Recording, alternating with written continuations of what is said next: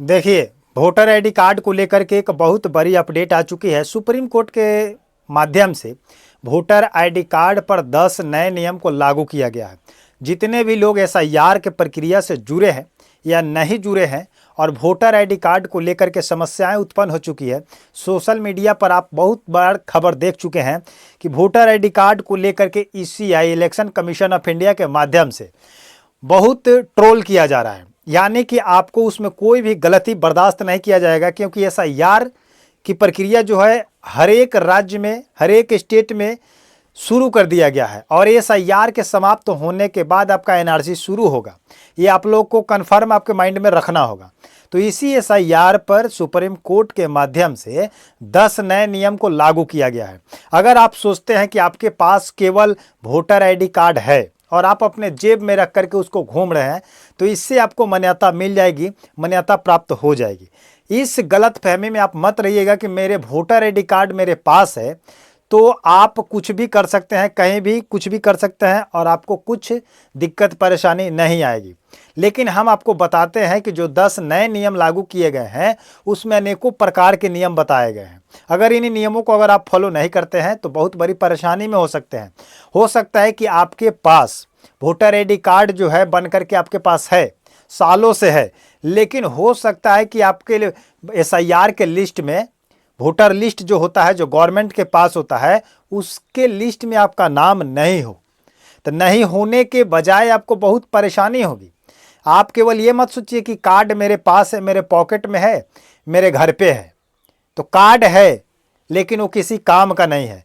तो कार्ड कब काम करेगा? जब आपके एसआईआर के लिस्ट में नाम होगा।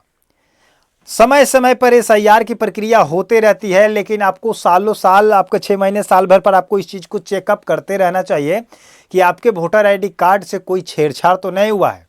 इसी चीज़ को लेकर के सुप्रीम कोर्ट ने 10 नए नियम को लागू किया है। तो चलिए हम उन तमाम 10 नए नियम के बारे में जानेंगे, क्योंकि अगर आप नहीं जानते हैं तो आपका नागरिकता फंसेगा और आपका एसआईआर इनुमरेशन जो है आपका समाप्त हो जाएगा। आप कहीं भी वोटिंग नहीं कर सकते हैं, क्योंकि एसआईआर का जो लिस्ट होता है उस लिस्ट में आपका नाम होना अति आवश्यक होता है। समझ गए कि नहीं बात को? तो सबसे पहले हम बात करेंगे उन 10 नए नियम के बारे में। लेकिन आपसे ये बात करते हैं कि अगर आप हमारे चैनल पर नए हैं तो चैनल को सब्सक्राइब करके वीडियो को लाइक कर दीजिएगा, समझे कि नहीं, ताकि प्रत्येक दिन का लेटेस्ट जानकारी जो है आपके पास पहुंचते रहेगा। सबसे पहले 1 नंबर पर बात करते हैं, कह रहे हैं कि वोटर लिस्ट की शुद्धता पर जोर। इलेक्शन कमीशन ऑफ इंडिया, जिसको आप लोग ईसीआई के नाम से जानते हैं, उसका है कि वोटर लिस्ट की शुद्धता जांच करनी है कि आपका वोटर कार्ड जो बना है वो शुद्ध है या गलत है। तो कह रहे हैं कि सुप्रीम कोर्ट ने कहा कि मतदाता सूची सही और अपडेटेड होना चाहिए, ताकि केवल पात्र नागरिक ही वोटर लिस्ट में शामिल रहें। यानी कि वोटर लिस्ट में नाम रखने के लिए आपको समय समय पर अपडेट रहना पड़ेगा।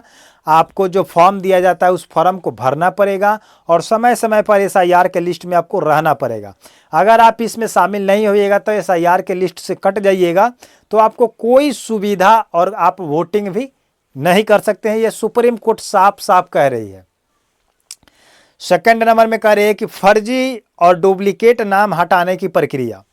अगर आप फर्जी नाम से अगर कहीं वोटर आईडी कार्ड बनवा लिए हैं, डुप्लीकेट बना लिए हैं, एक बिहार में बना लिए, एक झारखंड में बना लिए, एक यूपी में बना लिए, एक पंजाब में बना लिए, ऐसे करके अगर आप बना लिए हैं नाम चेंज करके, तो आप पर कार्रवाई की जाएगी और ऐसे नाम को इस प्रक्रिया से क्या किया जाएगा? हटा दिया जाएगा। समझ रहे बात को? इसमें साफ साफ लिखा गया कि चुनाव आयोग को ऐसे नामों की पहचान करने का अधिकार है जो डुप्लीकेट, मृत या अस्थायी रूप से दूसरे स्थान पर स्थानांतरित हो चुके हैं। यानी कि अगर आप डुप्लीकेट बनवाए हैं तो उसका नाम काटना ईसीआई के पावर में है।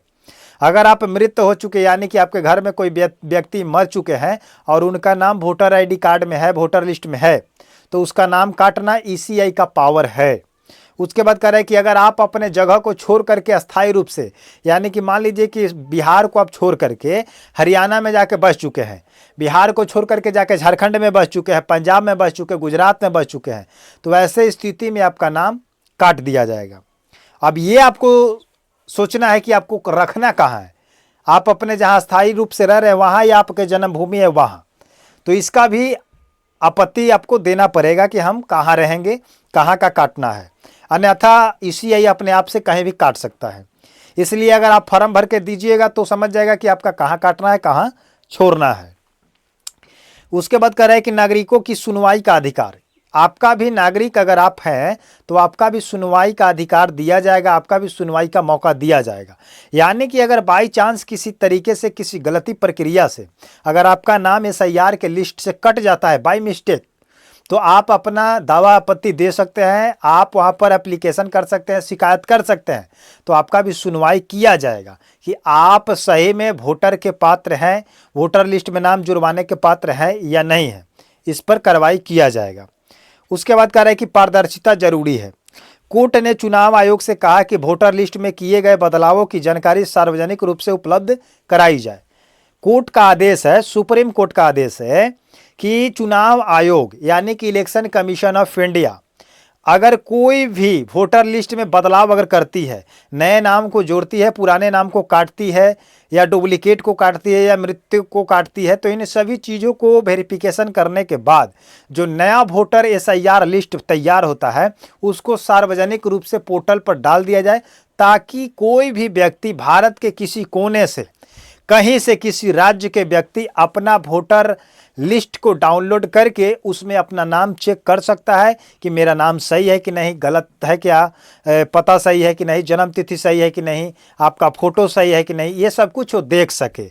अगर उसमें नहीं होगा तो फिर से फॉर्म को फिलअप करेगा। ये सुप्रीम कोर्ट का आदेश है। उसके बाद कह रहा है कि अपील का अधिकार, अपील भी आप कर सकते हैं। अगर आपका कोई नुकसान हो जाता है वोटर आईडी कार्ड से तो आप अपील कर सकते हैं। इसमें साफ साफ लिखा गया है कि यदि किसी मतदाता का नाम हट जाता है तो वह संबंधित अधिकारी या अपील प्राधिकरण के समक्ष अपील कर सकता है। अगर किसी कारणवश से आपका नाम हट जाता है और आप फॉर्म भरे हैं, एसआईआर का फॉर्म भरे, उसमें आप जुड़े, सब कुछ आपका ये ओके है, फिर भी आपका नाम कट जाता है, कोई त्रुटि नहीं है, फिर भी आपका नाम कट जाता है, तो आप अपील कर सकते हैं। उसके बाद कह रहे कि दस्तावेज पर विचार किया जाएगा, यानी कि दस्तावेज आपका वेरिफिकेशन किया जाएगा, जांच किया जाएगा कि आप सही में है या नहीं। सुप्रीम कोर्ट ने कुछ मामलों में चुनाव आयोग से Aadhaar card, ration card, EPIC number, voter ID card जैसे दस्तावेजों पर विचार करने को कहा है। यानी कि अगर आपकी वोटर लिस्ट में वोटर कार्ड का नाम अगर जांच किया जा रहा है तो आपसे आधार कार्ड मांगा जाएगा, राशन कार्ड मांगा जाएगा, या इपिक नंबर मांगा जाएगा। इपिक नंबर होता है जो पहले से आपके माता पिता उस वोटर लिस्ट में जुड़े हुए हैं, तो उनका अगर इपिक नंबर आप भर देते हैं तो आपसे ज़्यादा वेरिफिकेशन नहीं किया जाएगा, आपका ज़्यादा जांच पड़ताल नहीं होगा। इपिक नंबर से पकड़ा जाएगा कि आप उनके वंशज हैं, आप उनके बेटे पोते हैं। तो इस पर सुप्रीम कोर्ट का आदेश है कि वोटर आईडी कार्ड जो एसआईआर की प्रक्रिया हो रही है इसमें आपको सही से वेरिफिकेशन करना होगा। लेकिन एक बात पर आप लोग ध्यान दीजिएगा, यहाँ पर सुप्रीम कोर्ट कह रहा है कि Aadhaar card, ration card, EPIC number check करना है। किस काम में? एसआईआर के काम में। लेकिन यही सुप्रीम कोर्ट आदेश देती है कि जब एनआरसी लागू होगा तो एनआरसी में ना आपका आधार कार्ड मान्यता होगा, ना राशन कार्ड मान्यता होगा, और ना ही आपका वोटर आईडी कार्ड का मान्यता होगा। ये सब चीज़ का मान्यता खत्म कर दिया जाएगा, लेकिन केवल उसमें कुछ अलग ऐसे डॉक्यूमेंट है जिससे आपको नागरिकता प्राप्त होगी, एनआरसी में आपको मान्यता मिलेगी। तो आधार कार्ड को ऐसा मत रखिएगा कि इलेक्शन कमीशन ऑफ इंडिया ने कि एसआईआर की प्रक्रिया में आधार कार्ड मांगा जा रहा है और एनआरसी में नहीं मांगा जा रहा है। तो एसआईआर अलग है और एनआरसी अलग है, दोनों में अंतर है। इसीलिए सुप्रीम कोर्ट का आदेश दोनों के लिए अलग अलग आया है। अब बात करते हैं कि पात्र नागरिक का नाम नहीं छूटना चाहिए। अगर आपकी एलिजिबिलिटी है कि आप वोटर लिस्ट में आपका नाम रहना चाहिए, 18+ हैं, सब कुछ ओके है और भारत के आप निवासी हैं, तो आपका नाम नहीं कटना चाहिए। किसी भी प्रक्रिया में, किसी भी हालात में नाम आपका जुटना चाहिए। ये सुप्रीम कोर्ट का आदेश है। उसके बाद कह रहे हैं कि चुनाव आयोग की जिम्मेदारी क्या है। कह रहे हैं कि चुनाव आयोग को निष्पक्ष और पारदर्शी तरीके से मतदाता सूची तैयार करनी होगी।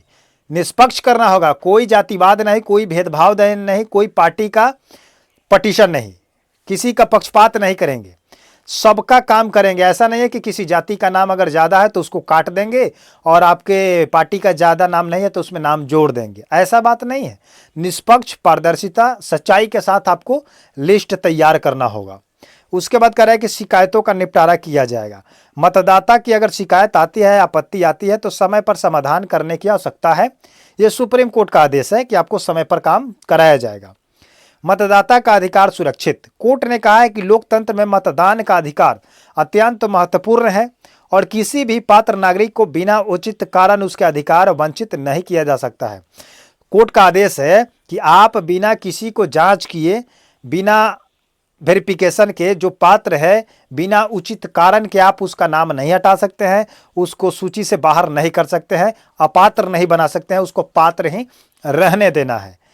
तो कुल मिलाकर के अगर कहा जाए कि वोटर आईडी कार्ड अगर रखने से आप समझते हैं कि वोट आप डाल सकते हैं तो अधिकार सुनिश्चित हो सकता है, तो ऐसा नहीं है। केवल आपके पास वोटर आईडी कार्ड है और वोटर लिस्ट में आपका नाम नहीं है, SIR के लिस्ट में नाम नहीं है, तो आपका मतदान नहीं होगा, क्योंकि आपका लिस्ट में नाम ही नहीं है। आप केवल वोटर आईडी कार्ड बनवा के घर पे रखे हुए हैं। तो ऐसे रखने से, ऐसे करने से आप वोटर नहीं हो सकते हैं, अपात्र हो जाइएगा, पात्र नहीं होइएगा।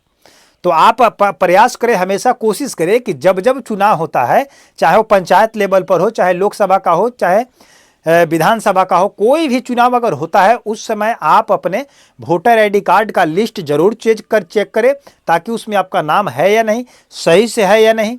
क्योंकि लिस्ट में अगर नाम नहीं है तो किसी भी तरीके से आपका वोटर कार्ड मान्यता नहीं होगा, रद्द के बराबर है, कोई काम नहीं कर सकता है। समझे कि नहीं?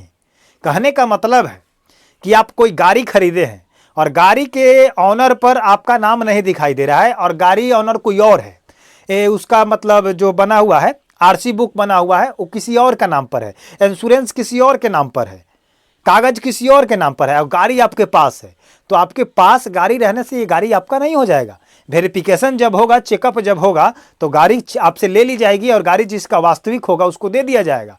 कहने का मतलब है कि डॉक्यूमेंट अगर आपके पास है तो आपके नाम पर होना चाहिए। ऐसा नहीं है कि डॉक्यूमेंट मेरे पास है, गाड़ी मेरे पास है, नाम किसी और का है, तो जिसका नाम होगा उसी का काम होगा। तो आप कोशिश करें कि वोटर आईडी कार्ड तो आपके पास है, लेकिन SIR के लिस्ट में है या नहीं, इस चीज को आप चेक कर ले। तो उम्मीद करते हैं कि सुप्रीम कोर्ट का जो ये नए 10 आदेश आए हैं, इससे आपको जानकारी मिल चुकी है हमारे द्वारा। तो आप अगर इससे सक्षम हैं, जो साफ साफ अपडेट डाला गया है, इससे अगर आप संतुष्ट हैं कि सुप्रीम कोर्ट ने जिन जिन बातों का जिक्र किया है वो सच्चाई में वास्तविक है, इसको अमल करना चाहिए, इस पर सभी लोगों को अपडेट होना चाहिए, इलेक्शन कमीशन ऑफ इंडिया को भी इस पर अपडेट रहना चाहिए। तो आप हमारे कमेंट सेक्शन में अपना राय जरूर लिखिएगा, अपना जिला, अपना राज्य, आप कहाँ से देख रहे हैं, भारत के किस कोने से देख रहे हैं, किसी भी कोने से देख रहे हैं, कोलकाता, महाराष्ट्र, मुंबई, कहीं से देख रहे हैं, 2800 राज्य के किसी कोने से, तो आप हमें कमेंट सेक्शन में अपना राय कमेंट कीजिएगा। चैनल को नहीं सब्सक्राइब किए हैं तो सब्सक्राइब कर लीजिएगा और मिलते हैं नए वीडियो के साथ, नए जानकारी के साथ। तब तक के लिए धन्यवाद।